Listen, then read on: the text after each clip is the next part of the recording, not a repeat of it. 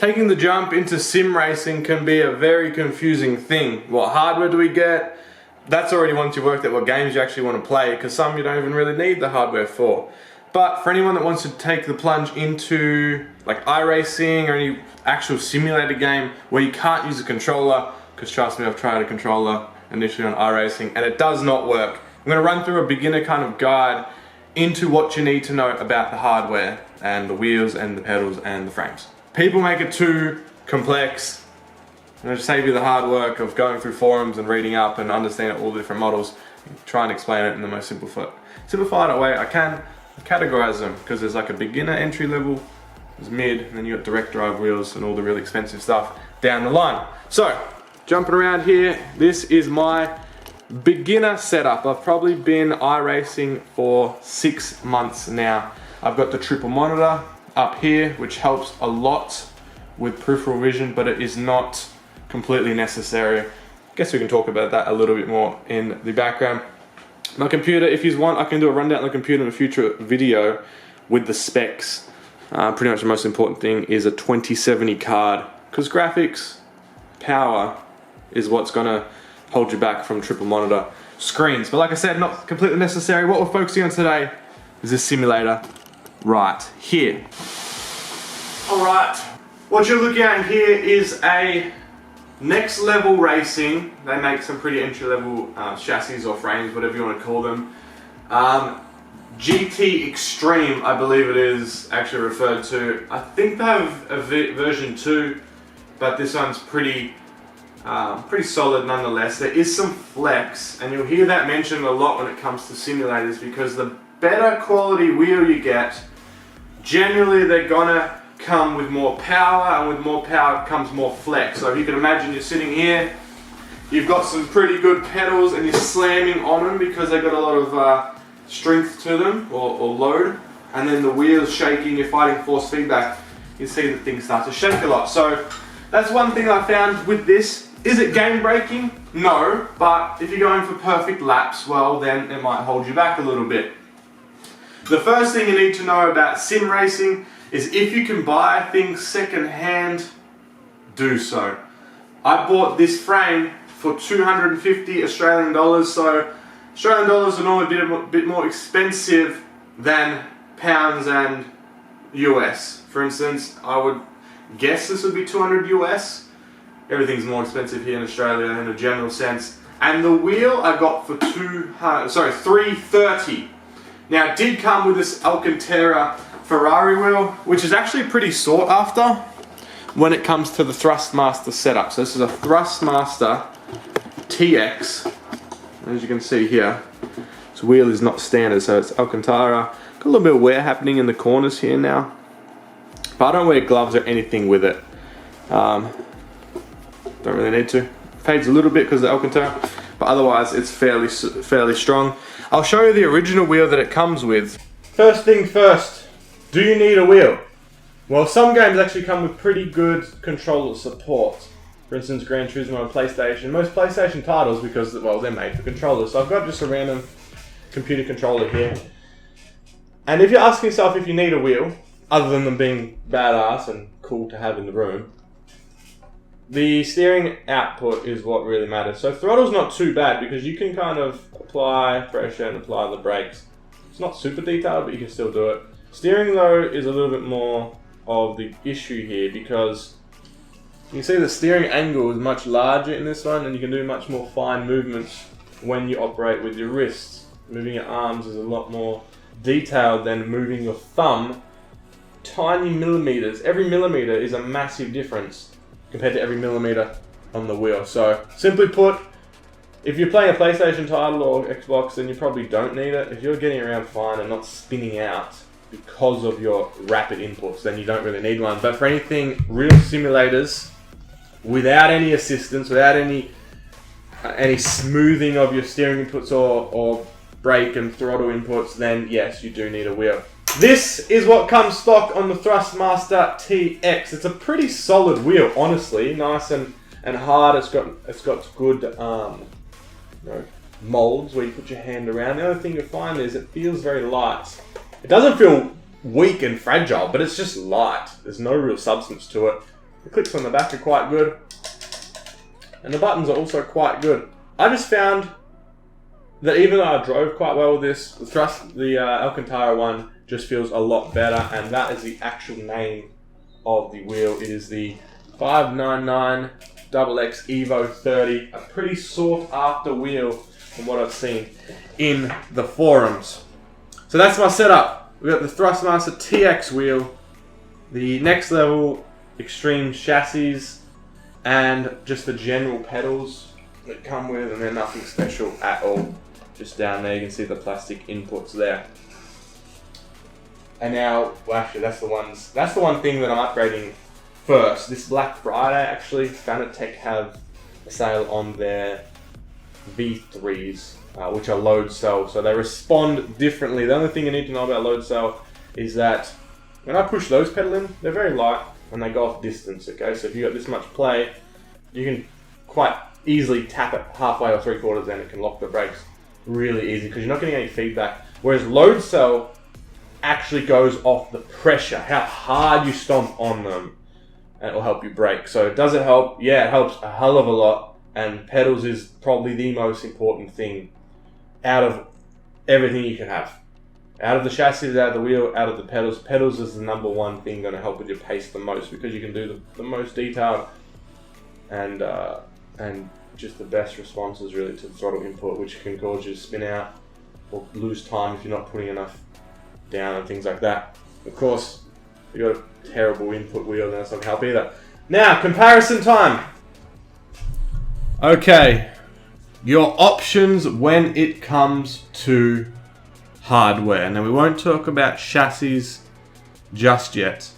The most important thing to probably focus on is the wheels. And firstly, everyone will know of Logitech when it comes to wheels. That's probably the first thing that will come to mind if you're new to the market.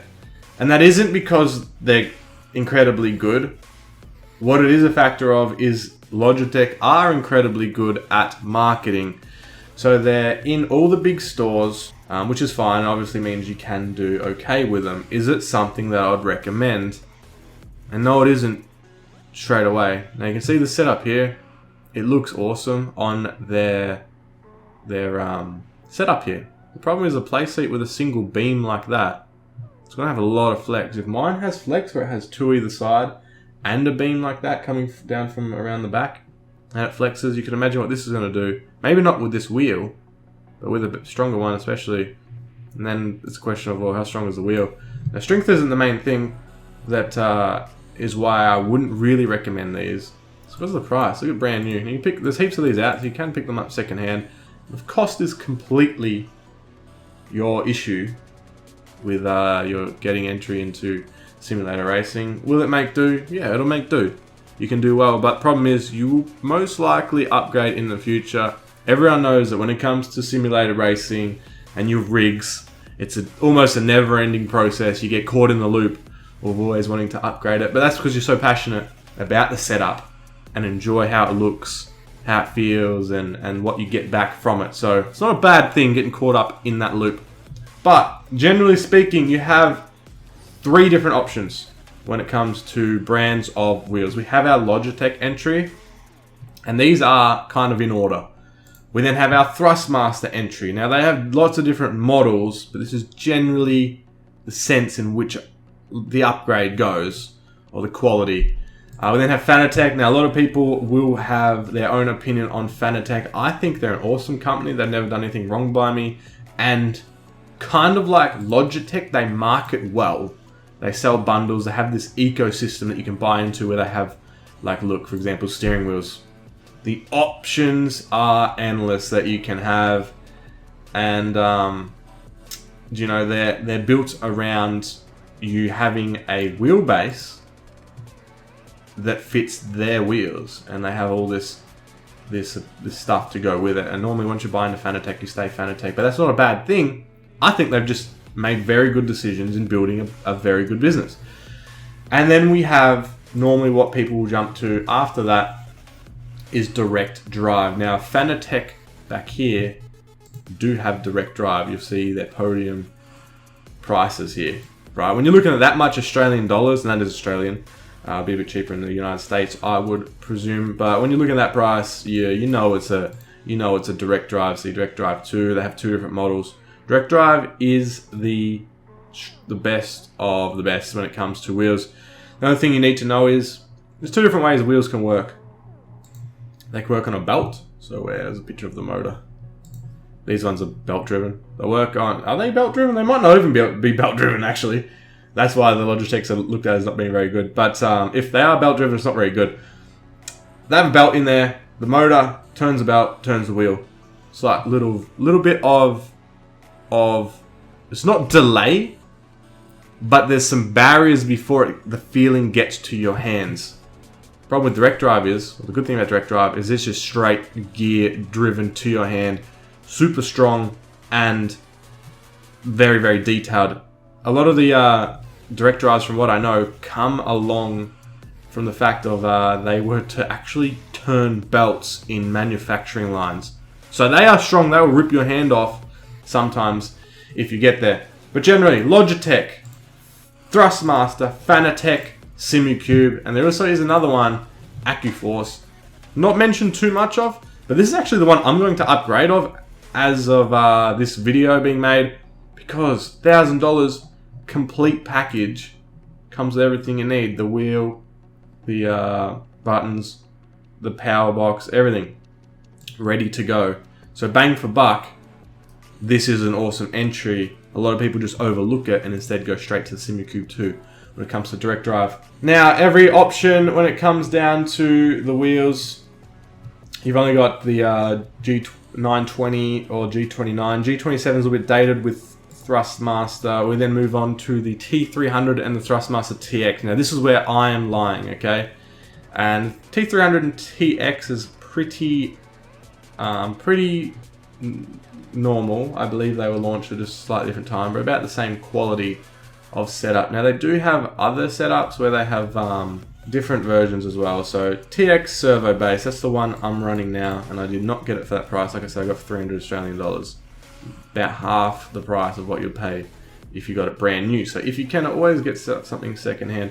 They have different models where they get up in the quality region to compete with Fanatec stuff, where the TX XW still belt driven, but they just build it better and a bit more quality parts.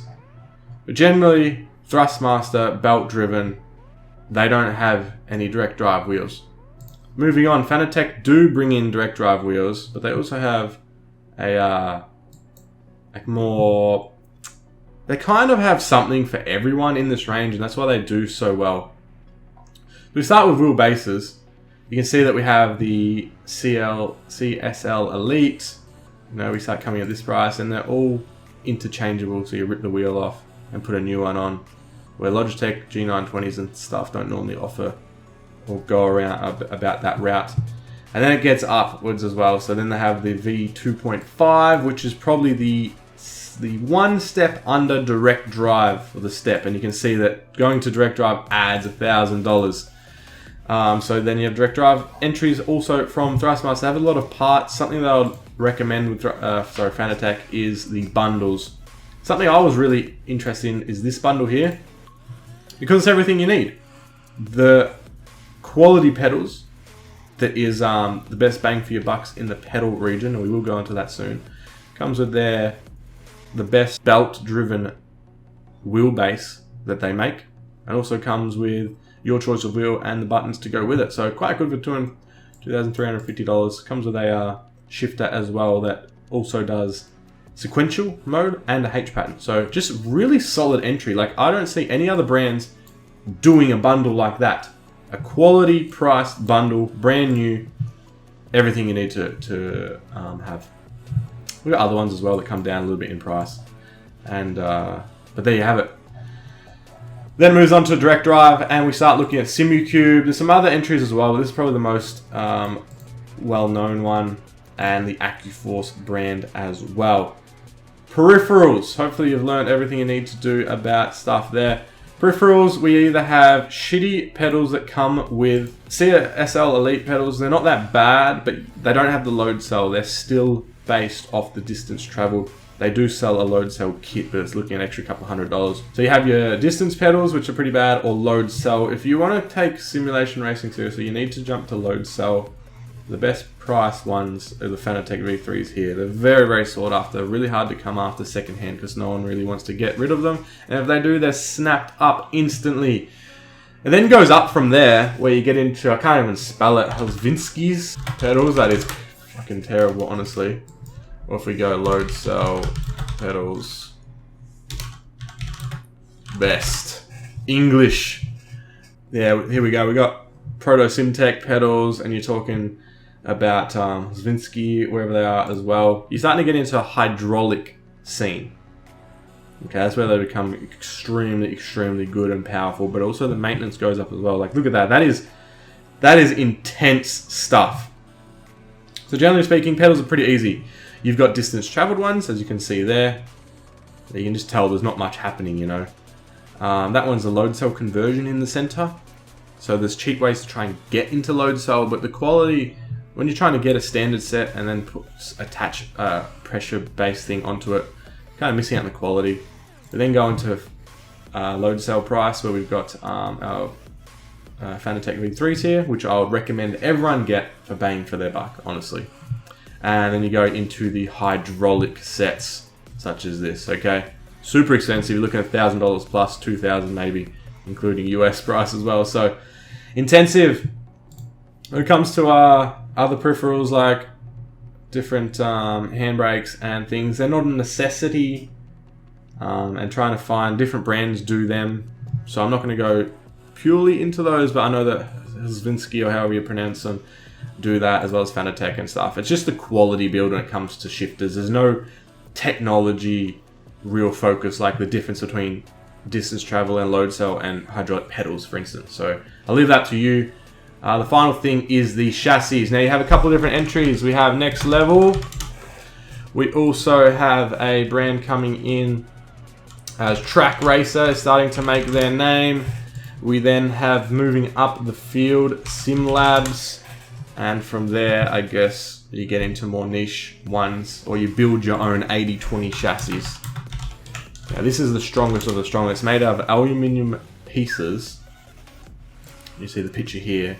Aluminium slot pieces, where you combine your own, super, super rigid. Starting off with Next Level entries and play seat, I wouldn't even recommend because they just move too much. So the first entry you're looking at is Next Level. Now that's what I'm rocking here. You can see you can have a wheel stand. Problem is your chair's going to slide back unless you can chock it. Okay, we've got Next Level challenges and things like that. You're starting to look at these. Now some of them are more expensive versions. I mean, you can look at getting them, but they're kind of the entry-level brand. They'll get the job done until you start getting stronger wheels. So you're going to go up, if you're looking at direct drive at all, which you won't be if you're brand new, but if you're looking at quality wheels, well, you don't want your chassis to be flexing around and holding you back, okay? So you've got different wheel entries here. I would recommend don't go for one with a straight stem. You want one with a bit more rigidity, okay? FGT is sought after a lot, 500 USD. Now keep in mind, you can get these second hand and nearly chop off half price. So Next Level Racing, our first entry. If you want to upgrade, Trakracer are making their name. They only have 3 entries. Products, gaming cockpits. You will see that now the price starts to creep up with quality. So they got the RS6, you got the TR8. Now the RS6, as you can see, there's a single bar that comes around. It is pretty solid down the center. It's 850 AU, and then go up the price. We got the TR8. Now if the price goes up, normally the quality does as well. A bit more rigid. And then the newest entry is the TR160, which, if you look, is in the realms of a slot 80/20 frame. So they're actually using the aluminium slotted stuff because it's the way to go. And that brings us into SimLabs, probably the most known chassis builder in the world. I think they're based in Europe, which is a problem because it's really expensive to send stuff over here. As you can see, the advertisement, the Benchmark Sim Rig, their best entry, the PX1. Now they've got 2 that I really recommend. You've got your TR1 bundles and stuff like that. I don't really like the design. They're trying to cross the bridge between an 80/20 setup and something like a Trakracer or a Next Level. So cost is your issue. Just go for Next Level. A slight upgrade is the TR Trakracer with their new TR160 being a pretty good contender for the price. But for about the same price, you can make the plunge straight to Simlabs. Here we go. That's the one that I'll be getting, the GT1 Evo. Now let's have a look at some of the prices. Cockpit. You got the GT1 Evo, and then you've also got the PX1. The best of the best, really, in a general sense, when it comes to sim racing chassis. Now, there could be other more niche brands that build specific 8020s, customizable and things like that. But for manufactured, you know, like heavily manufactured, big numbers sent out, then this is the go. And you've got cost-wise, the GT1 Evo will hold direct drive wheels, but if you're trying to go all out crazy with all the different settings and the best pedals and stuff, and then you're looking at the P1X, and this is the one that everyone talks about. You then fit your own seat, which they do sell seats, but they don't ship interstate, where you can get these. You actually fit even real car racing seats wherever you get them from. Hopefully that didn't drag on too much and wrapped up everything. I went into a bit more detail than I would have hoped. I'll put up a little picture here at the end to kind of simplify everything, and then you can see it just in, you know, in a visual format, what your options are at different levels of Simlabs gear. But that's everything covered except for some of the peripherals.